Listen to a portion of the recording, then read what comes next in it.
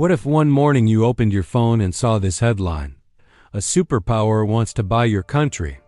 Not invest in it, not protect it, not partner with it, buy it. For most of the world, it sounded like a joke. But for the people of Greenland, it was a reminder of something much deeper, that their land has always been seen as a prize, never as a voice. Greenland is the largest island on Earth, bigger than many countries combined, yet home to fewer than 60,000 people. A land of endless ice, silent mountains, glowing summer nights, and winters that swallow the sun for months. To outsiders, it looks empty. To the people who live here, it is memory, survival, and identity.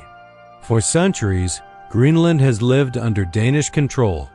What started as a colony slowly became a semi-autonomous territory.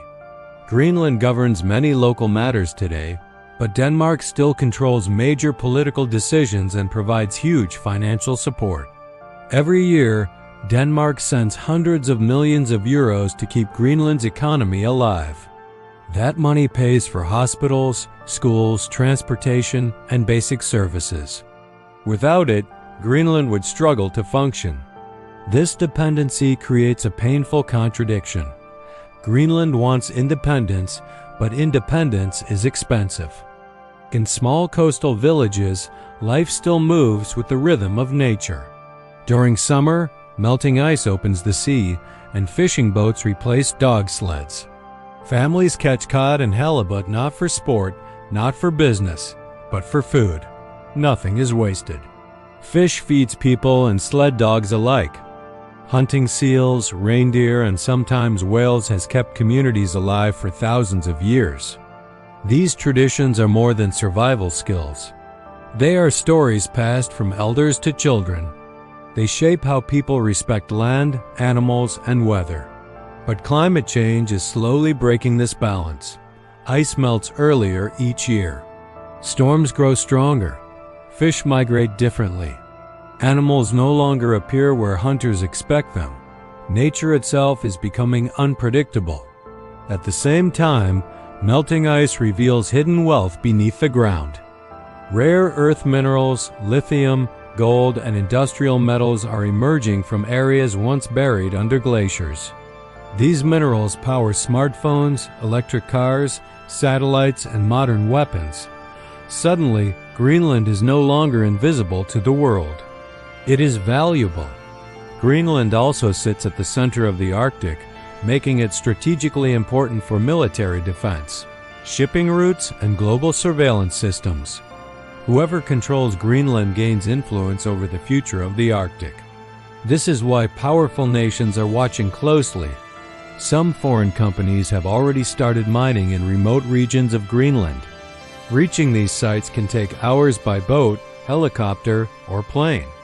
There are no roads connecting most of the island. Everything, fuel, food, machinery, must be transported across extreme terrain and freezing temperatures. Workers often fly in from Europe and live on site for weeks at a time. They operate heavy machines that crush rock, extract minerals, and prepare shipments for international markets. The work is dangerous, expensive, and slow. Many mines still struggle to make profit. Local workers are few because Greenland lacks enough trained specialists. This creates another problem. Greenland owns the land, but outsiders often control the skills, technology, and investment. The fear is simple. History could repeat itself in a modern form of economic colonization. Tourism is also growing. Travelers come to see glaciers, northern lights, dog sledding, and untouched wilderness. Souvenir shops sell carvings of animals and mythical figures. Hotels and cafes slowly expand. Tourism brings money, but it also raises prices and pressures fragile ecosystems. Meanwhile, in the capital city, modern life looks similar to Europe. Supermarkets sell imported food at high prices. Schools follow Danish systems. Offices run on fixed schedules. Young people scroll on smartphones just like anywhere else in the world. But opportunity is limited. Many students leave Greenland to study abroad. Some return with new skills. Many settle permanently in other countries where jobs and salaries are higher. This creates a brain drain that weakens the local workforce and slows development. Social challenges remain heavy. Alcohol abuse affects many families.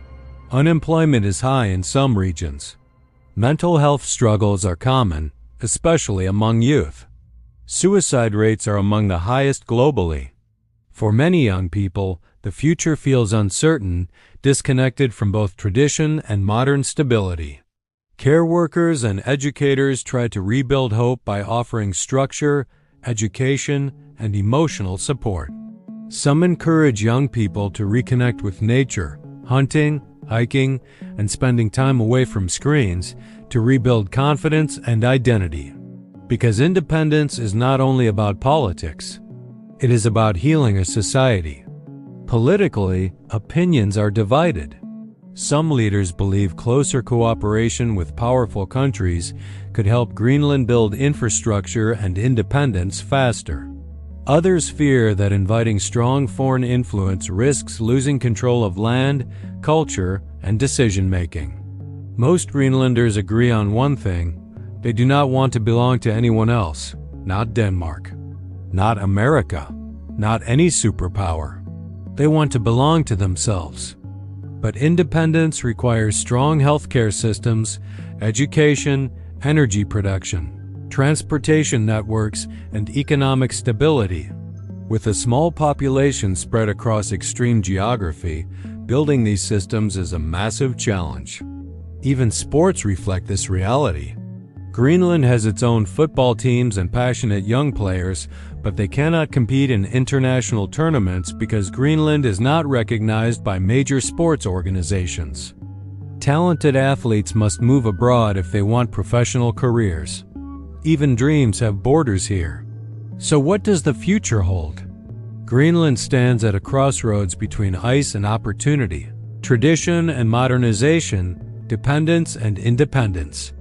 Climate change is opening doors while also threatening ancient ways of life. Global attention brings investment but also risk. Political ambition collides with cultural preservation.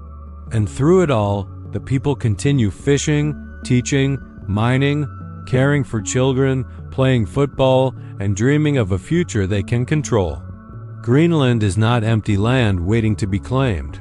It is a living nation learning how to survive in a changing world.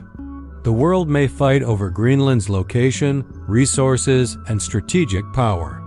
But the real battle belongs to Greenlanders themselves, the fight to protect their identity while building a future strong enough to stand alone. Because land can be bought, but a people cannot.